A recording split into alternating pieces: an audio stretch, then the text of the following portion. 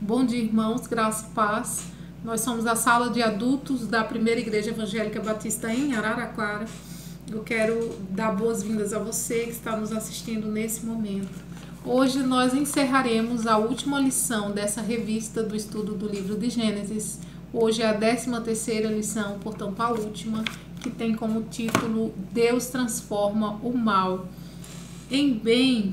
Antes de entrar na nossa lição, eu gostaria de deixar registrado aqui que é o mês de abril, não é o mês da Escola Bíblica Dominical, e eu louvo a Deus, porque apesar das restrições, apesar do distanciamento, não é, que estamos enfrentando, a Escola Bíblica Dominical da Pieba não parou desde o começo da pandemia, não é? Com a graça de Deus, nós temos continuado as nossas aulas e as visualizações têm crescido, demonstrando que o número de alunos tem crescido também.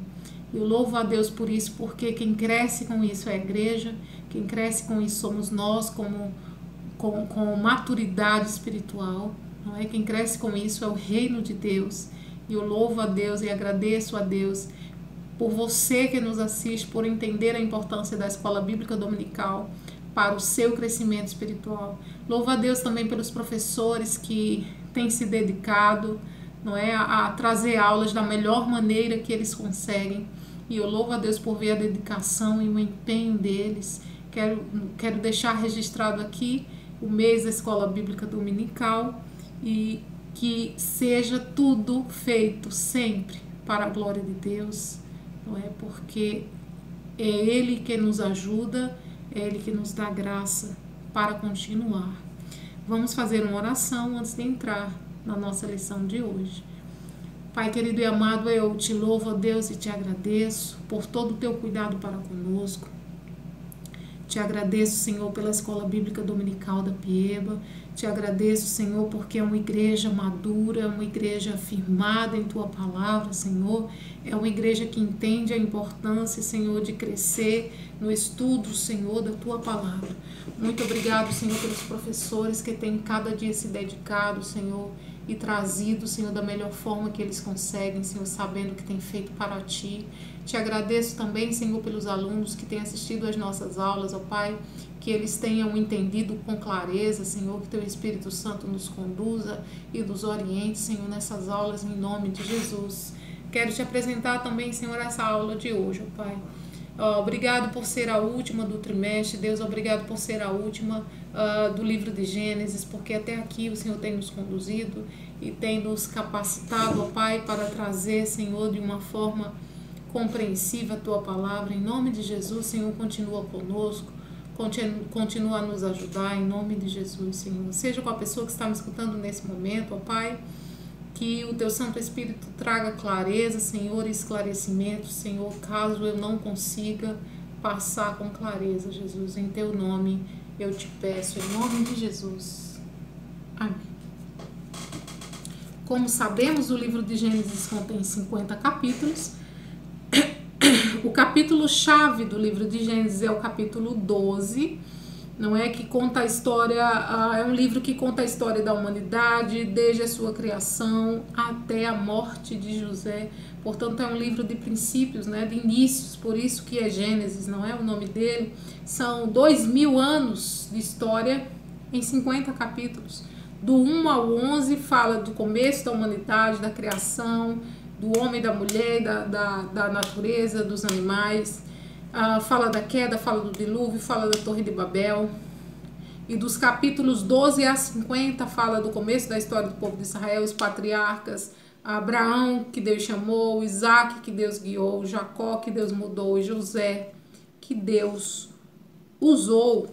O começo, então, em Gênesis, o que começa em Gênesis, então, se cumpre em Jesus Cristo.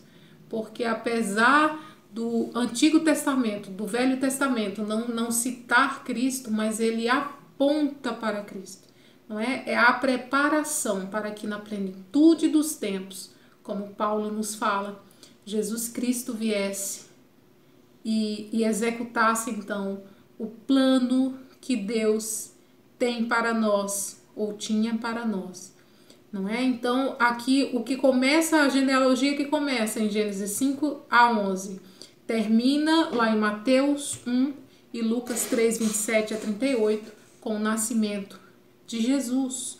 O paraíso que foi perdido por Adão, não é, na queda do seu pecado, é restaurado então pelo segundo Adão, que é Jesus Cristo. Então, Gênesis é um livro que ele explica o porquê das coisas, né? Ele não explica o como que as coisas acontecem. Apesar de Gênesis trazer diversos relatos que a arqueologia comprova, não é, que de fato existiu, não que tenhamos a necessidade de que as coisas que tenha na Bíblia sejam comprovadas cientificamente ou comprovadas pela arqueologia, porque vivemos por fé, não é? Mas é uma comprovação da veracidade da palavra de Deus a quem tem dúvidas, não é? Que não é o nosso caso, que cremos na palavra de Deus. Portanto, estudamos nesse trimestre que Gênesis é o início de tudo, não é? O Deus que criou todo o universo, e a humanidade é um ponto culminante da criação de Deus. Então, a humanidade é a coroa da criação de Deus. E, acima de tudo, Gênesis mostra a condução de Deus na história. Não é o que Deus planejou. Ele cumpre o que ele planejou, os planos que ele fez para a humanidade. A gente vê em Gênesis a se cumprir, não é? A promessa que ele fez lá no capítulo 15. Agora nós estamos no capítulo quase que 50 e nós vemos então o cumprimento, não é? A realização dessa promessa que Deus tem feito, dos planos que ele tinha para o povo dele. E Deus não muda os seus planos, é outra coisa que vimos aqui, não é? Ao estudar esse livro, Deus não muda o seu plano de acordo com um erro humano ou de acordo com alguma coisa que a pessoa que ele escolheu para fazer determinada coisa fracassou ou pecou. Deus não muda o seu plano, não é? Deus não adequa o seu plano às pessoas. Deus adequa as pessoas ao seu plano original, porque os planos de Deus não são frustrados, não é? Ele não muda os seus planos. Então, como sabemos, toda a Bíblia tem Jesus como centro, né? Jesus é o centro da Bíblia. E já em Gênesis 3,15, não é? Já vemos Deus falando que da mulher nasceria um que esmagaria a cabeça da serpente, não é?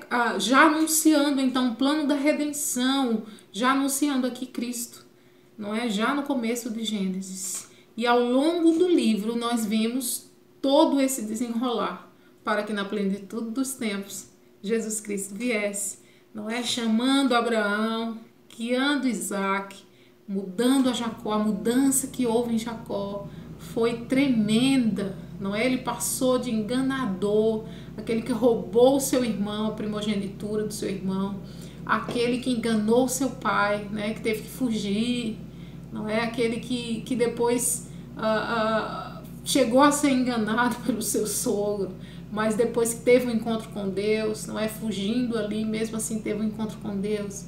E nesse encontro ele tem uma mudança e uma transformação de caráter. E como vamos estudar hoje mais para frente, é um homem agora que abençoa a próxima geração, né? Um homem que tem a autoridade de Deus para fazer isso. E isso demonstrando que Deus adequou Jacó, não é, o seu plano, modificou Jacó para que Jacó então coubesse naquele plano que Deus tinha para criar o seu povo a partir de Jacó. Não é? Então hoje vamos continuar estudando José. José, como já vimos, ele foi traído pelos seus irmãos. A princípio eles queriam vender José por ciúme, não é? Por inveja, porque José era o predileto de seu pai, por ser filho de Raquel, que era a mulher que Jacó amava. Então José, por ser o primogênito, era o preferido de seu pai, era aquele protegido, era o que o pai fez a roupa bonita para ele. E os irmãos começaram a invejar, e ainda mais José trazia os erros dos seus irmãos e contava a seu pai, o que certamente deixava os seus irmãos ainda mais furiosos, ainda mais entristecidos, não é? Com essa situação. Então, Vemos aqui um José imaturo, não é? Um José jovem, um José que... Como que esse homem, né, tão imaturo, tão jovem assim, que levava e trazia a situação dos seus irmãos? Claro que o pai dele incentivava isso, não é? Como já vimos nas nossas aulas anteriores. Mas o fato é que os irmãos enciumados jogaram José no poço, depois tiraram José do poço, venderam, não é? E José acaba chegando ao Egito como escravo. E ali vai servir na casa de Potifar. E a mulher de Potifar tenta ter relação com José. José não cede à tentação. E ela acusa José. José agora é preso, não é? Condenado e preso injustamente. E nisso tudo, nós não vemos José reclamar. José não é uma pessoa amargurada. José não é uma pessoa que questiona a Deus de o porquê daquilo está acontecendo, não é? José, ele entende que Deus é soberano sobre as coisas. José já tinha tido sonhos, não é? José sabia quem tinha dado os sonhos para ele. José tinha o dom de interpretar os sonhos.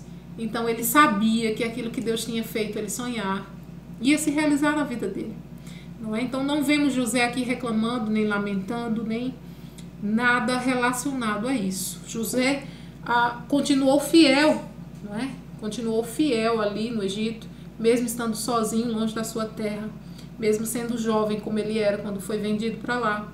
Ele continuou sendo fiel a Deus e a se importar com as pessoas, né? Como a gente vê no relato da vida de José, José se importava sempre com as pessoas, não é? Ele fazia sempre um pouquinho além do que cabia a ele fazer para ajudar alguém, não é? Para beneficiar alguém.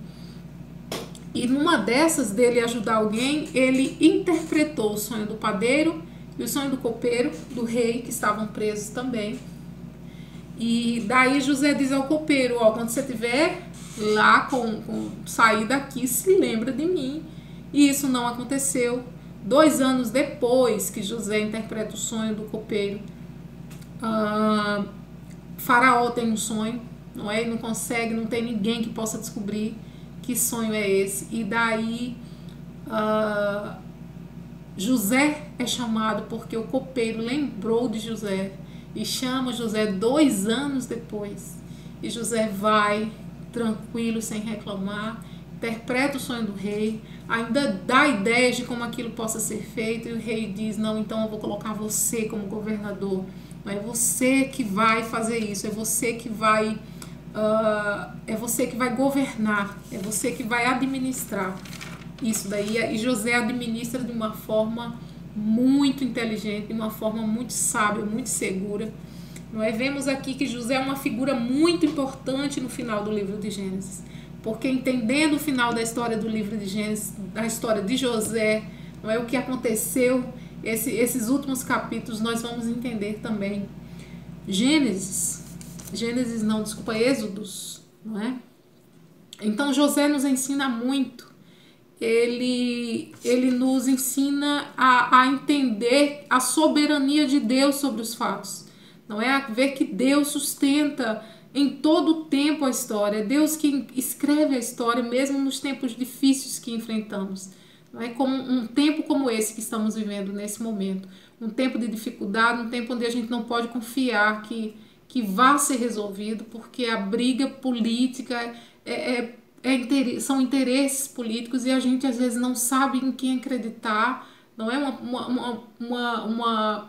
Uma notícia que sai, daqui a pouco a gente fica sabendo que aquela notícia não é verdadeira, o que descredibiliza o jornalismo e nos deixa totalmente aquém. A gente não sabe em quem confiar, não sabe, não é, como cidadãos o que esperar, mas temos que ter a certeza, enquanto povo de Deus, que Deus não perdeu o controle, apesar de ser uma situação difícil, essa que estamos vivendo, situação de gente que está morrendo e às vezes gente próxima a nós, não é o que nos entristece, mas temos que entender e ter a certeza e a convicção de que Deus não perdeu o controle das coisas, não é? Apesar dos momentos difíceis, apesar das nossas dificuldades.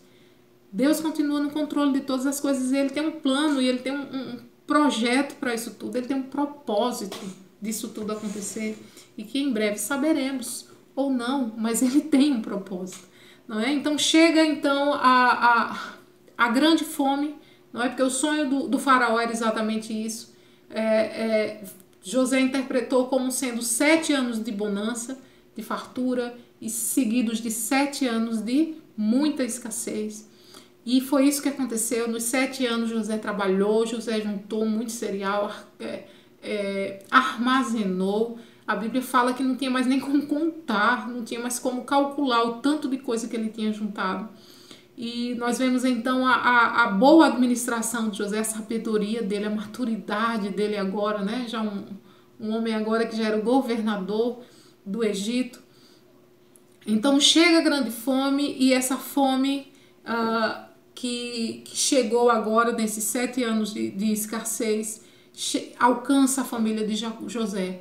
E os irmãos de José então chegam até ele, não é? E ele ali bola algumas estratégias, como já vimos, de saber o que é que os irmãos estão tramando, assim, se houve mudança de caráter ou se não houve, não é? Se Deus tinha transformado aqueles irmãos dele ou se eles continuavam daquele mesmo jeito que eles eram, não é? Então aqui chega agora a parte da história que se encaixa o título da nossa lição, que é Deus transforma o mal em bem. Então tudo isso de mal que José passou em sua vida, toda essa trajetória de José, vai culminar no reconhecimento dele, em entender que ele está sendo instrumento de Deus, não é? Para que esse povo que Deus tinha um plano de multiplicar sobre a terra, para que esse povo não viesse a morrer de fome. Então José reconhece que está sendo instrumento de Deus para abençoar esse povo, não é? Então Deus transforma o mal em bem, e foram essas as palavras de José. Tudo pelo que ele passou agora tinha sido transformado em uma coisa boa, porque Deus tem um plano traçado para aquele povo. Deus já tinha prometido isso lá a Abraão, né? Como vimos do capítulo 15 e verso 13, quando Deus disse que o povo ia passar anos no deserto, anos numa terra estrangeira sendo escravo. E agora nós vemos então essa palavra se cumprir. Assim como Deus já tinha mostrado a José que ele seria escolhido, não é? Porque ele já tinha tido os sonhos em que os seus irmãos se curvavam diante dele, como vimos no capítulo 37, do verso 6 e 10. Então, devido a essa grande fome, os irmãos dele vão comprar comida, não é? No Egito. Chega lá, não reconhece José, porque José agora era o governador, não é? E foi vendido como um menino, então eles não ligaram o nome a José, e José reconhece eles, reconhecem os irmãos, e trama ali em meio deles trazerem Benjamim, e posteriormente trazer também o seu pai Jacó, não é? Mas a gente vê que ele não fez isso de uma forma a se vingar, né? Ele não fez isso de uma forma cruel. Não, José sempre usando de misericórdia para com os irmãos, apesar do que eles tinham feito com José. Não é? José decidiu amar, José decidiu perdoar. José nos traz ensinamentos grandiosos. Não é? Então aqui o primeiro tópico da nossa lição diz um susto depois do banquete. Porque José oferece banquete para seus irmãos, não é? Durante aquele banquete, José observa os seus irmãos, não é? Ele fica ali só observando eles e também sai para chorar durante esse banquete, como vimos no capítulo 43, do verso 30. Então agora, terminado o jantar, José faz mais um teste com seus irmãos, não é? Devolvendo então o dinheiro no saco mais uma vez, mas no saco que Benjamim carregava o cereal, ele, além do dinheiro, ele colocou também o seu copo de prata. Não era o copo que José bebia, não era um copo que tinha uma certa importância, e ele colocou exatamente no saco de Benjamim. Não é? José manda que o encarregado vá atrás dos seus irmãos, não é? Dá um tempo, os irmãos dele saem, ele dá um tempo, e depois ele manda para que o seu encarregado vá atrás do seu irmão e já combina com ele como tem que fazer na abordagem, não é? Então o encarregado dele vai do mais velho para o mais novo, e já chega dizendo, né, que como que vocês fizeram isso, se o nosso Senhor José, ele foi tão bondoso para com vocês, e como vocês retribuem isso de uma forma tão ruim. Eles, certos que não tinham feito nada, não é? Então ali eles ficam de forma tranquila até que chega no Benjamim, e é encontrado então o copo de prata de José. E José aqui, e Benjamim aqui, ele está no lugar de José, porque ele também é filho de Raquel, e certamente ele ficou ocupando o lugar em que José deixou vazio no coração de seu pai, por ser filho de Raquel, não é? Então José ali faz o teste para ver se como os irmãos deles iam agir, não é? O irmão dele até disse, não, em quem você achar o copo, pode levar como escravo, pode deixar aqui como escravo, porque tem a convicção de que ninguém tinha pego esse copo.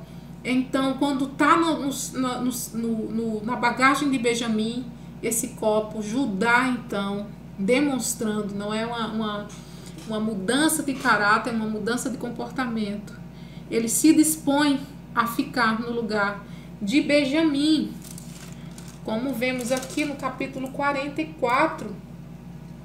Não é? Judá se dispõe a ficar no lugar. Agora, ó, aqui ó, no capítulo 44, verso 33, diz assim: agora, pois, que este seu servo fique em lugar do jovem, como escravo do meu senhor, e que o jovem volte com seus irmãos, porque como poderei voltar ao meu pai, se o jovem não for comigo? Eu não poderei ver esse mal se abatendo sobre o meu pai. Então aqui ele mostra uma diferença assim, de se importar tanto com Benjamim quanto com o pai, não é? Então José vê aí uma diferença de caráter e ele então decide. José então decide, diante dessa conduta, não é, desse teste, José tinha visto que os seus irmãos, que ele tinha visto quando tinha 17 anos, não é? Já faziam 22 anos que ele estava ali reencontrando esses irmãos. E não foi um teste cruel, não foi um teste assim de tortura, nem nada disso, não é? Ele só quis testar e ver como estava o caráter desses irmãos, não é? Porque eles venderam a José e agora José facilita, né? Ele nem precisava ir atrás de alguém para vender, José já se ofereceu para ficar com Benjamim como escravo e a história se repetiria. Mas daí Benjamim mostrando uma mudança de caráter, uma mudança de comportamento, assim como seu pai Jacó foi modificado por Deus, não é? Agora vemos também mais uma pessoa que foi modificada, não é? Uma pessoa que antes agia de uma forma tão errônea, apesar de já conhecer o Deus dos seus antepassados, não é? Mas é uma pessoa que não tinha um coração quebrantado. Isso nos mostra, isso também nos mostra que pessoas podem mudar, não é? Porque por muitas vezes a gente vê essa mudança em alguém que chega de primeiro na igreja, alguém que se converte, mas às vezes alguém caminhando conosco, não é? Na caminhada, faz uma coisa conosco, daqui a 5 anos a gente ainda está taxando aquela pessoa por uma coisa que fez há 5 anos atrás, não acreditando na mudança de caráter, não acreditando no transformar diário do Espírito Santo nas nossas vidas. Então José faz esse teste sem crueldade, né, usando de misericórdia não com o objetivo de se vingar, mas sim de conhecer o caráter de seus irmãos. Ele vê se os irmãos estavam prontos, não é, para ele se fazer conhecer. Não é? Então José busca então reproduzir a mesma situação vivida por ele e agora sendo com seu irmão Benjamim.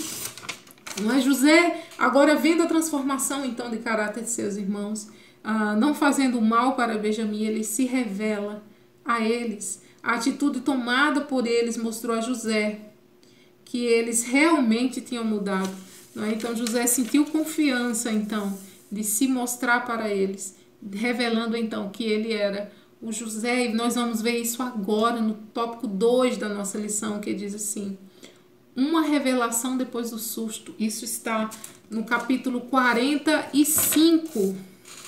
Vamos ler do 45, do 1 ao 3, que diz assim: então José, não conseguindo se conter diante de todos os que estavam com ele, gritou: saiam todos da minha presença. E ninguém ficou com ele. Quando José se deu a conhecer a seus irmãos, então José se deu a conhecer a seus irmãos e levantou a voz em choro, de maneira que os egípcios ouviram, e também a casa de Faraó.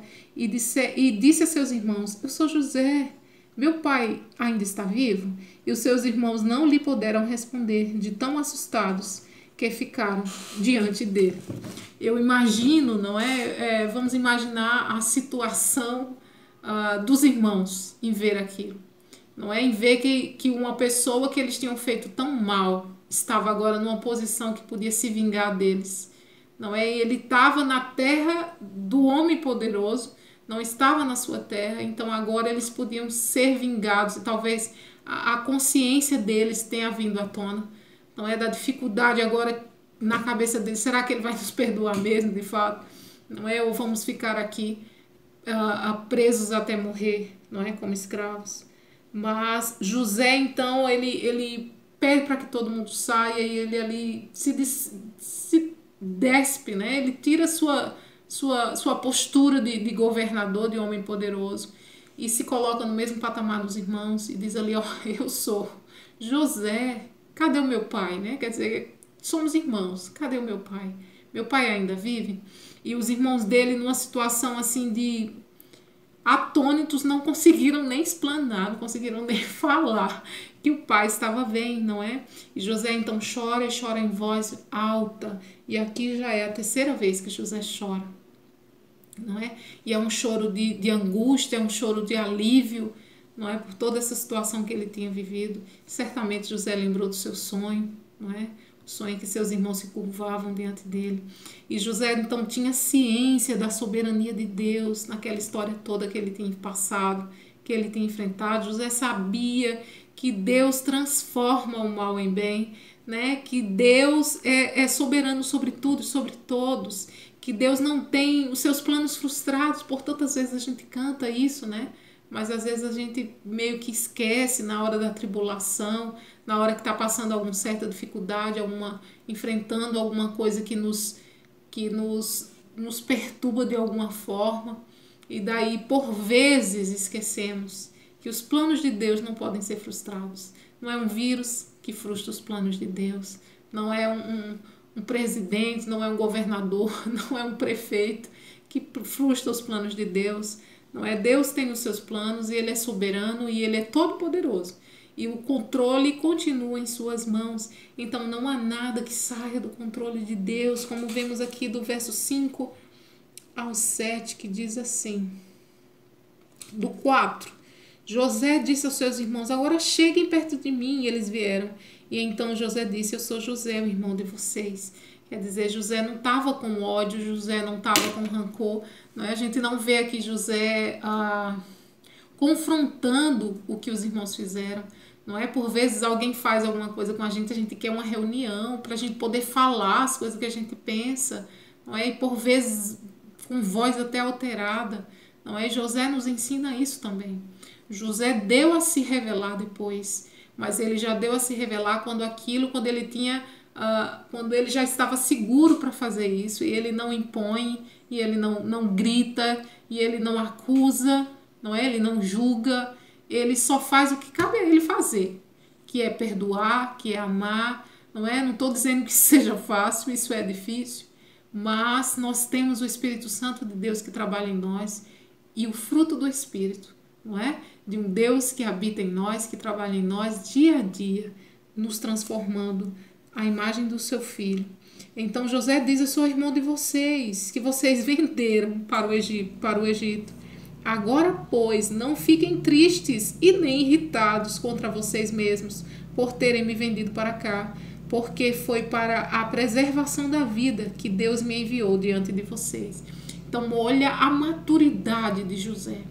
Olha a maturidade dele de ver aquela situação e de não se achar, como que eu falo, porque por muitas vezes a gente se acha muito importante. Não estou dizendo que a gente não seja importante, somos importantes, mas às vezes a gente dá muita importância ao que fizeram conosco, dá muita importância à nossa história, e às vezes a gente esquece de ver que a gente faz parte de um todo, que a gente faz parte de um corpo, e que por vezes, como diz Tiago, as aflições as provações que vêm sobre nós, nos vêm para nos transformar, não é? Nos fazer mais perseverantes, nos tornar mais perfeitos, como diz em Tiago, como vamos ler mais para frente.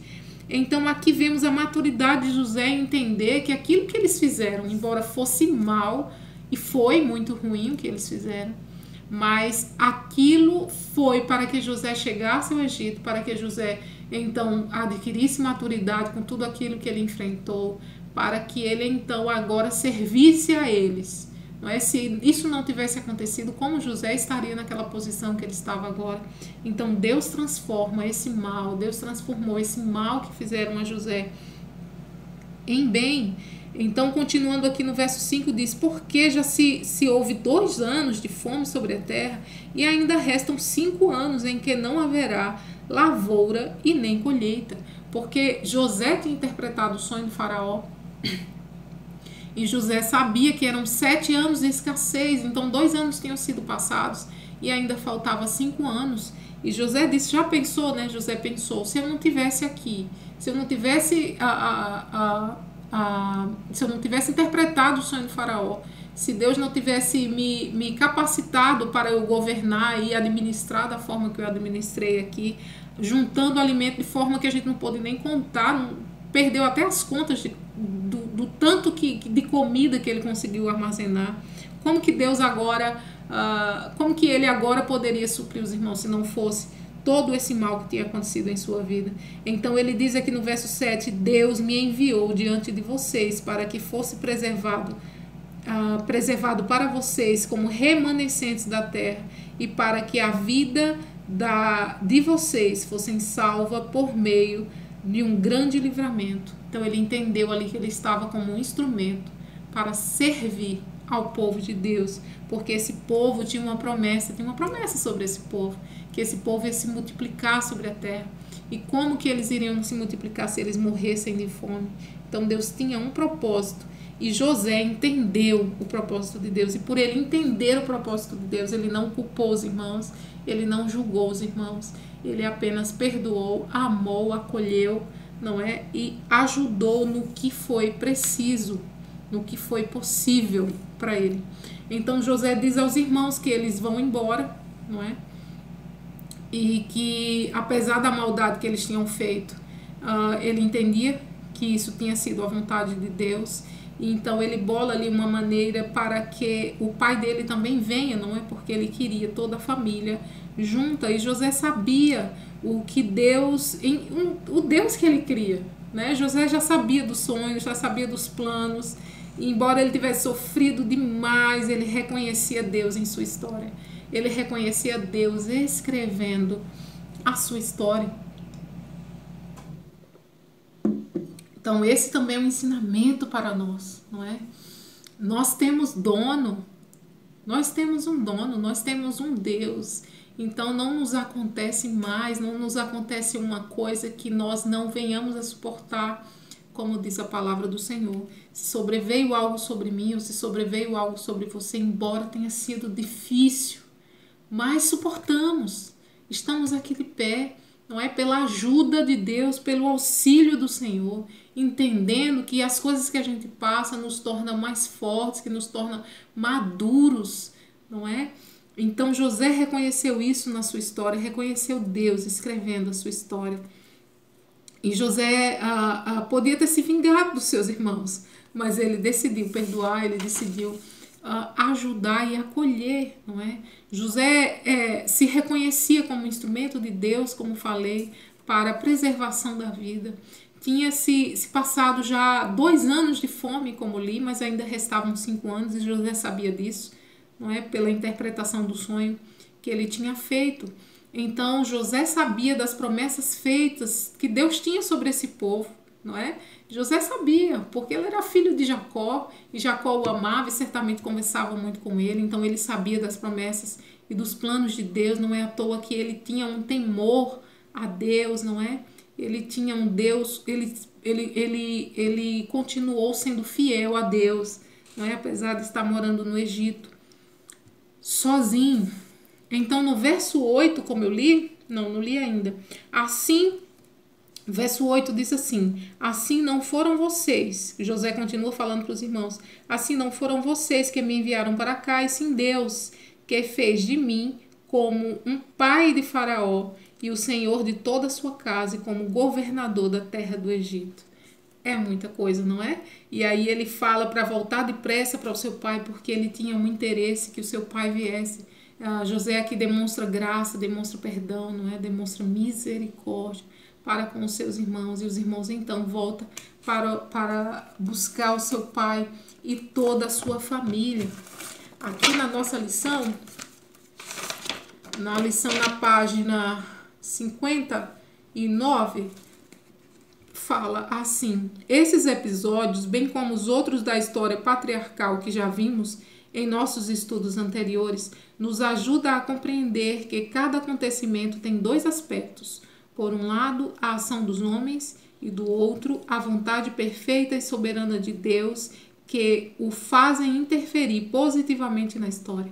A confiança de José na providência de Deus levou-o a perceber a operação dele em todos os eventos, tristes ou felizes da sua vida. Também foi o segredo da ausência de rancores no seu coração.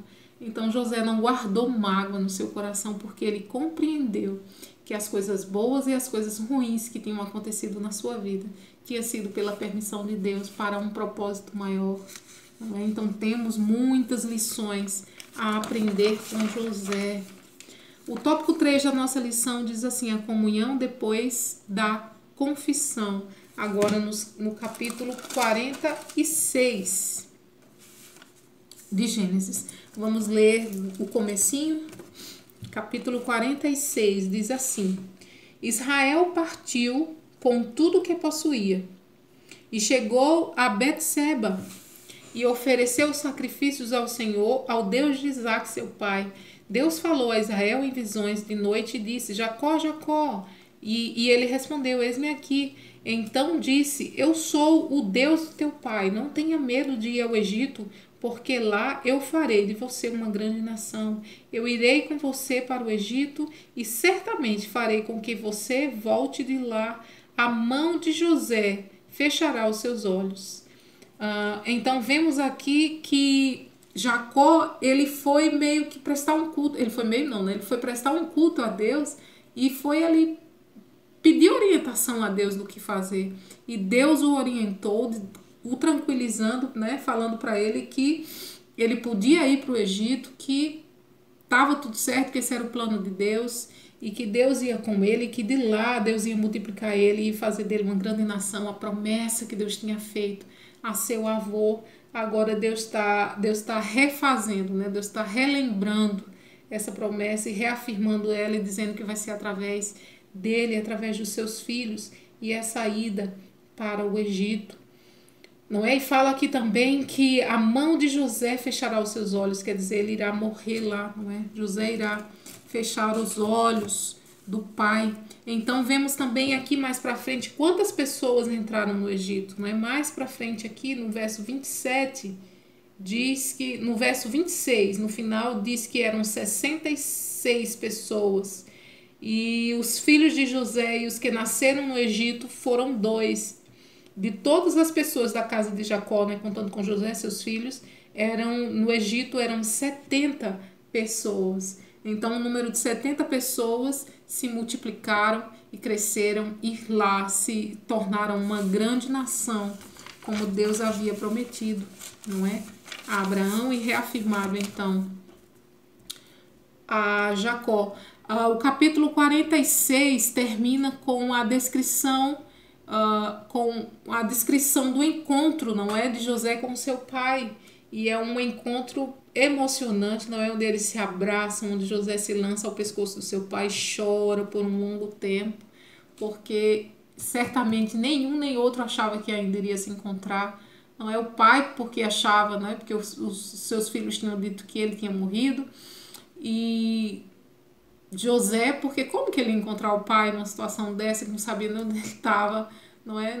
Já era idoso, então tinha a possibilidade de falecer antes de encontrar. Então é um reencontro emocionante entre eles, e eles choram por um longo período, como traz aqui a Bíblia. Agora no capítulo 47, Faraó fica então sabendo, não é, que a família de José está vindo para o Egito, e Faraó dá um jeito, José dá um jeito de ir apresentar os seus familiares a Faraó, como vemos aqui no verso. E Faraó então, conhecendo, conversando com José, faz algumas Jacó faz algumas perguntas a Jacó. Jacó até se lamenta, né, da sua vida ter sido difícil. E Faraó então coloca o Egito à disposição da família de José, como vemos aqui no verso 6 do capítulo 47, que diz assim, vou ler do 5. Faraó então Faraó disse a José: seu pai e seus irmãos vieram para cá, para junto de você, e a terra do Egito está à sua disposição. Faça com que seu pai e seus irmãos se estabeleçam na melhor região da terra, que morem na terra de Gósen. Se souber que há no meio deles homens capazes, ponha-os como responsáveis por o gado que me pertence. Então, já Faraó aqui reconhecendo, né, todo o trabalho e a dedicação de José, não é, porque a casa do Faraó prosperou por conta de José. José foi um excelente administrador. E nesse encontro, então, Jacó abençoa Faraó. Faraó era pagão, né? Como vemos em Êxodo, não é? Quando lemos Êxodo, nós vemos que eles eram uma espécie de Deus, era considerado como uma divindade para o povo, não é? E Jacó então reconhece que Faraó é autoridade ali, mas não deixa de o abençoar, não é? Abençoar com Deus, a bênção do Deus verdadeiro, apesar dele ser pagão. Jacó está sendo como um instrumento, não é, para abençoar a Faraó e por consequência o povo, não é, o seu governo. José então disponibiliza a terra para os seus irmãos, seus familiares, como o Faraó tinha ordenado a eles, não é, e dá alimentos suficiente para eles. E a fome na terra só aumenta, não é? Agora o povo não tem mais dinheiro, o dinheiro acaba e o povo não tem mais como comprar o mantimento. E vai até José e diz: agora eu não tenho mais dinheiro para comprar, nos pegue como escravos. E José diz: não, eu quero agora o gado, então me dá o seu gado, que daí eu suplo para vocês o cereal necessário, não é? Então, depois de um ano também acaba o gado do povo e o povo não tem mais como comprar alimento. E José então acaba comprando a terra daquele povo. José compra a terra daquele povo e dá para eles sementes para que eles plantem, não é? E o povo foi lá se oferecendo como escravo. Mas José mais uma vez mostrando compaixão, José mais uma vez mostrando que se importa. Afinal, José tinha sido escravo, ele sabia o que era ser escravo, não é? Escravo é ruim de todo jeito, não há uma situação em que alguém seja escravo que seja boa em qualquer tempo, em qualquer época, em qualquer situação, não é? Você ter a sua liberdade cerceada em qualquer situação é difícil. E José sabia dessa condição, José sabia o quanto isso era difícil, então o povo foi lá, se pôs como sendo que podia até escravizá-los, não é? A troco de comida. E José então compra a terra desse povo e dá a eles sementes e diz: ó, planta e come o que você colher, mas de um quinto que você colher traz para Faraó. Então esse era o acordo, né? Usando de misericórdia para com aquele povo, servindo aquele povo, não é, alimento do jeito que ele conseguia, da melhor forma que ele conseguia. Então ele dá esse suplemento para o povo. Faraó agora é riquíssimo, tem todo o dinheiro, tem todo o gado, tem toda a terra, com exceção das terras dos sacerdotes, como diz aqui no verso 22 do capítulo 44, não é? Que os sacerdotes eles recebiam uma porção de alimento que Faraó dava para eles, e então eles não precisaram vender a sua terra. Com exceção dessa terra dos sacerdotes, toda a terra ali foi vendida para Faraó. Faraó passou a ser o dono dessas terras todas, e as pessoas recebiam as sementes e plantavam do que colhia, dava então um quinto a Faraó. E assim Israel cresceu na terra de Gósen, não é? Adquiriu propriedades, foram fecundos e se multiplicaram, assim como Deus tinha dito que aconteceria. 17 anos depois que eles estavam ali, que eles haviam chegado ao Egito, Jacó agora com 147 anos, Jacó pede para que José venha até ele e pede para que José prometa para ele que não vai enterrá-lo ali no Egito, mas que vai levar o seu corpo para a terra de Canaã. E José então jura e cumpre isso, não é? Nós vamos ver mais para frente que José de fato levou o corpo, não é, do seu pai para a terra de Canaã. Agora, o último tópico da nossa lição, que é o tópico 4, que diz a promessa de bênção e a bênção das promessas. Agora, no capítulo 48 e também no 50, vamos ver os dois capítulos no mesmo tópico.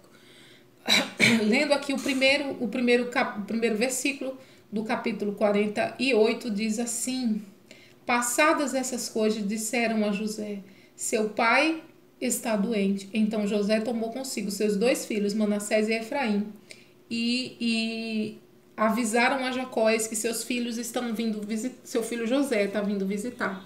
Então José, agora doente, não é? Chega ao ouvido de José. José leva os seus filhos Efraim e Manassés para que José abençoe. Então José adota esses filhos, assim, elevando o patamar de José, não é? Reconhecendo José como se fosse um dos patriarcas, não como se fosse o filho dele, porque ele adota os seus netos como se José, colocando José ali num patamar mais elevado, não é? Então vemos aqui que Jacó, ele abençoa Efraim, o mais novo, e diz que, ao dar uma bênção especial a ele, diz que ele vai ser maior do que o seu irmão mais velho, trocando então, dizendo mais uma vez que o mais novo, não é, será mais importante de que o mais velho. E vemos também aqui na sequência que no capítulo 49, que Jacó também abençoou os seus 12 filhos. Aí agora no capítulo 49, Jacó, o enganador, o trapaceiro, não é aquele que roubou do seu irmão, que enganou seu pai. Agora, depois dessa transformação maravilhosa que Deus fez em sua vida, no final da sua vida, então ele agora é capaz de abençoar uma geração para frente, não é? E nós vemos aqui que ele tem até, ele traz até uma bênção especial sobre Judá, não é? Uma bênção messiânica sobre Judá. Então, assim, meio que até um profeta, não é? Não só uma bênção que ele traz ali, mas ele também fala o que vai acontecer, não é? Vindo da tribo de Judá. Então, Jacó, aquele que era um enganador, agora transformado, não é? Tem a autoridade de Deus para abençoar. O capítulo 50, então, nós vemos que Jacó morre, não é? José chora muito sobre o corpo do seu pai, e José pede aos médicos, então, que embalsamem o corpo do seu pai, e isso leva 40 dias, e depois mais 7 dias de luto, e José, então, segue com seus irmãos para enterrar o seu pai na terra de Canaã. E depois disso, quando ele volta para o Egito junto com seus irmãos, os seus irmãos agora começam a ficar extremamente temerosos, achando que depois que o pai morreu, José vai se vingar deles, não é? E os irmãos acham então agora que chegou a vez, né? Que José vai pegar eles no pulo. E agora nós vemos aqui no capítulo 50, no verso 15, que diz assim: vendo os irmãos de José que seu pai era morto, disseram: é possível que José tenha ódio de nós, certamente nos retribuirá todo o mal que fizemos. Por isso, mandaram dizer a José, ainda inventaram uma história, né? Seu pai, antes de morrer, ordenou o seguinte: é isso que vocês dirão a José: perdoem, por favor, as transgressões do seus irmãos e o pecado que cometeram, porque lhes fizeram mal. Agora pedimos que perdoe a transgressão dos seus servos, o servo do Deus do seu pai. E ao ouvir essas palavras, José chorou. Agora José chora pela 5ª vez nessa história toda, né? Mostrando então que, apesar de toda a autoridade que ele tinha ali, ele carregava consigo algumas coisas, não é? Então depois vieram também seus irmãos e se prostraram diante dele e disseram: eis-nos aqui, faz-nos seus servos. Mas José respondeu: não tenha medo. Será que eu estou no lugar de Deus? Então, mais uma coisa importante aqui que temos que aprender com José: a não julgar, não é? Por vezes a gente quer mostrar o erro do outro, por vezes a gente quer um confronto só para expor a outra pessoa. E nós vemos aqui José tinha, aos nossos olhos, né, por muitas vezes José poderia ter até razão de expor ali a culpa dos seus irmãos, mas José diz, né, José reconhece e diz: por acaso sou eu que vou julgar vocês. Não, quem vai julgar vocês é Deus, não é? Vocês, na verdade, planejaram mal contra mim, porém Deus transformou e em bem para fazer com que, como vocês estão vendo agora, que se conserve a vida de muita gente. Então José aqui, ele reconhece mais uma vez que aquele mal que fizeram para ele, Deus transformou em bênção para que José pudesse abençoar outras pessoas, que é uma coisa importante também temos que destacar. Deus não nos abençoa para que isso pare em nós mesmos, não é? Deus nos abençoa para que a gente venha abençoar outras pessoas, para que a gente venha ser canal de bênção para outra pessoa. Portanto, não tenha medo. Eu sustentarei vocês e os seus filhos. E assim José os consolou e lhes falou ao coração. Então vemos aqui mais uma vez, não é? José, ele consolando os seus irmãos,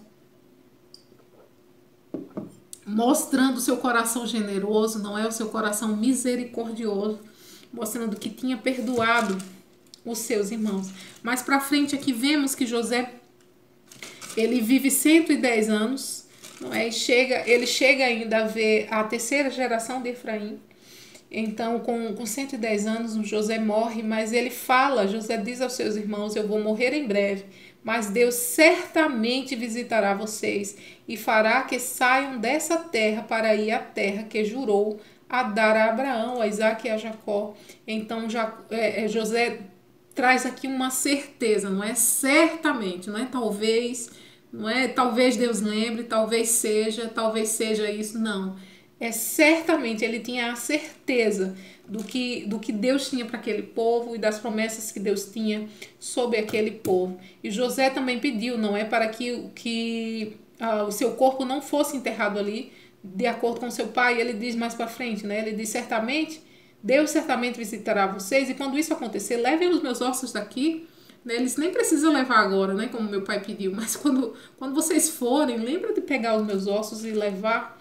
Então José morreu com a idade de 110 anos e eles embalsamaram o seu corpo e o puseram num caixão no Egito. Então aqui a ligação de José para Êxodo é que depois que José morre, né, da morte de José até o nascimento de Moisés, que é quem guia o povo, quem tira o povo do Egito, se passaram em 350, 400 anos mais ou menos, não é? Entre 300 e 400 anos de cativeiro desse povo, conforme Deus tinha falado para Abraão, não é? Porque Deus tinha dito que esse povo passaria 400 anos em uma terra estrangeira e viveria ali como escravo. Então, na aplicação para a vida aqui na nossa lição, diz que José teve todas as chances de se vingar de seus irmãos, mas não o fez.